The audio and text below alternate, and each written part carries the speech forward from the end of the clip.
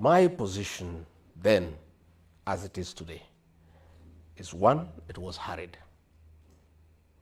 And there was no sufficient reason to move hastily from NHIF to the new program.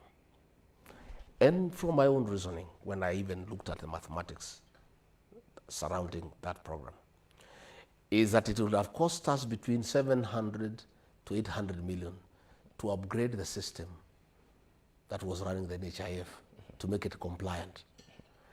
Yet we are moving to a new program that is costing 104 billion shillings. And in my view, my very honest view, that's the crux of the matter. That is a rush.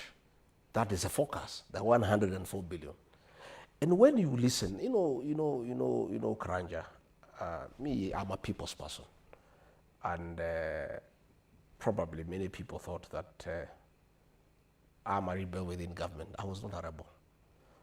I was a deputy president of a popularly elected government that is answerable to the people. And in my view, we in government are the employees of the people. And the people are your employers. And their opinion counts. And you cannot dismiss what they think and what they feel. And that is why even members of parliament were accusing me of intimidating them when I told them to listen to the ground during the Finance Bill 2024. It's because myself, I do listen to the ground, and I take time to listen to what people are saying. If you listen now to patients, they are going through hell. One, in NHIF, you would pay 500 shillings for the whole family. Maybe say you have your wife, and maybe say 2 children like myself. 4 of us will pay 500 shillings for the ordinary people. Now, in this new program, it's each individual. So you find people having a problem with that.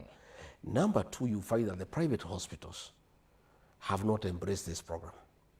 The program was rushed before all the stakeholders were brought on board. So you find that you have been deducted money in your pay slip. Then when you go to a hospital of your choice, you cannot be treated. And that is the frustration that the people of Kenya are going through.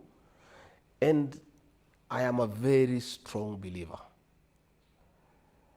that your employer is ultimate.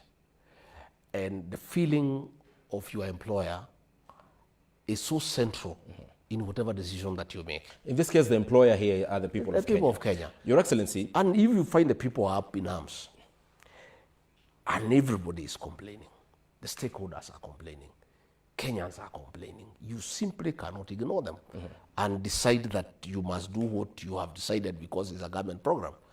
Because that government program is meant to benefit some people.